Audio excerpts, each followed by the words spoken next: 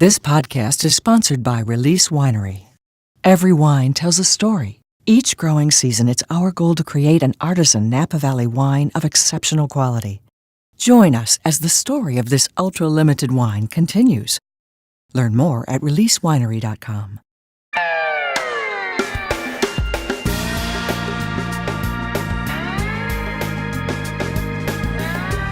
Let's start with this idea that you're a winemaker. Yeah, I was a Davis grad and started in the 70s working for Trefetha's assistant winemaker, and then ran Con Creek Winery for 8 years, and another winery that's now Luna for 6 years as vineyard winery management. And then I got into sales to support my Pinot Noir habit.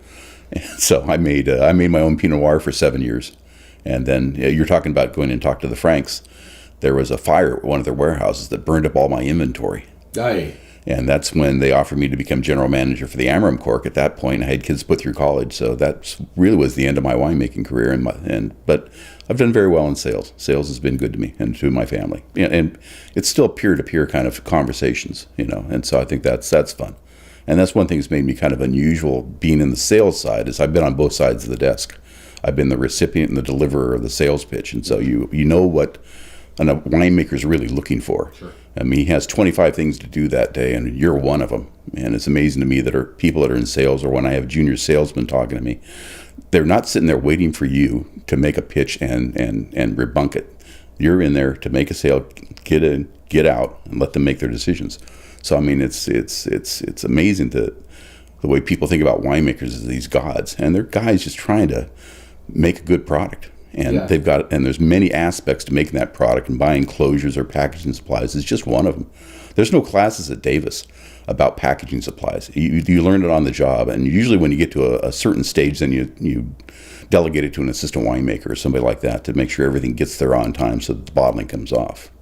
And right now it's even more of a objective or a key thing, because so many people use mobile bottling lines right now, and everything has to come, the labels, the corks, everything has to come together at the same time and be there when the truck shows up, because if you miss your truck, you're not going to see them again until September during harvest, and then bottling during harvest is a major pain in the... I can't even imagine. No, it is. There's just too many variables.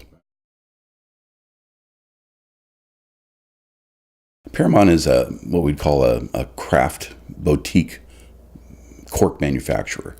It's only making 80 million closures, and when I worked for Amarum at this point is making 4 billion closures a year, and the logistics are just a nightmare trying to take the bark to make all these different things. They have a whole department that does that.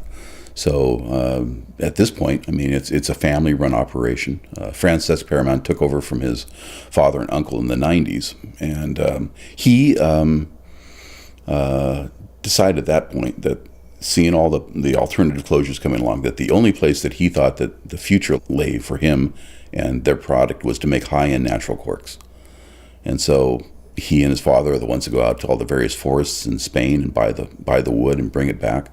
They make a big point about handcrafting, about curing the wood, leaving it in curing sheds for 12 months, which is very old-fashioned. Everything is processed without no human contact. It's all automatic, and the thing I like about Parramon is that he's really, really good at the machines. He's the first guy to develop laser printers. We all played with it, but it's so slow that the bigger and more industrial guys can't do it. It runs about 1/3 the speed of an ink printer, but because of his size, he can do that.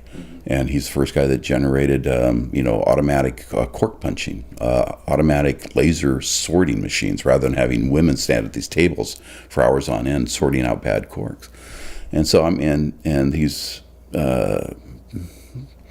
really, really, really the beautiful thing I think that struck me about it was just the quality and the evenness of the quality of the various sorts and the various lots and various grades that he makes, how uniform they are.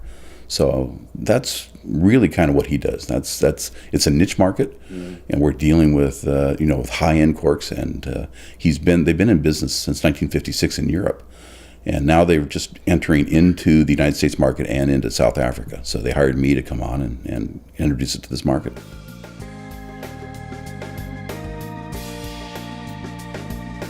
This podcast is sponsored by Release Winery.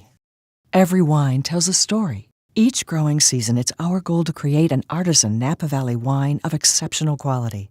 Join us as the story of this ultra-limited wine continues. Learn more at releasewinery.com.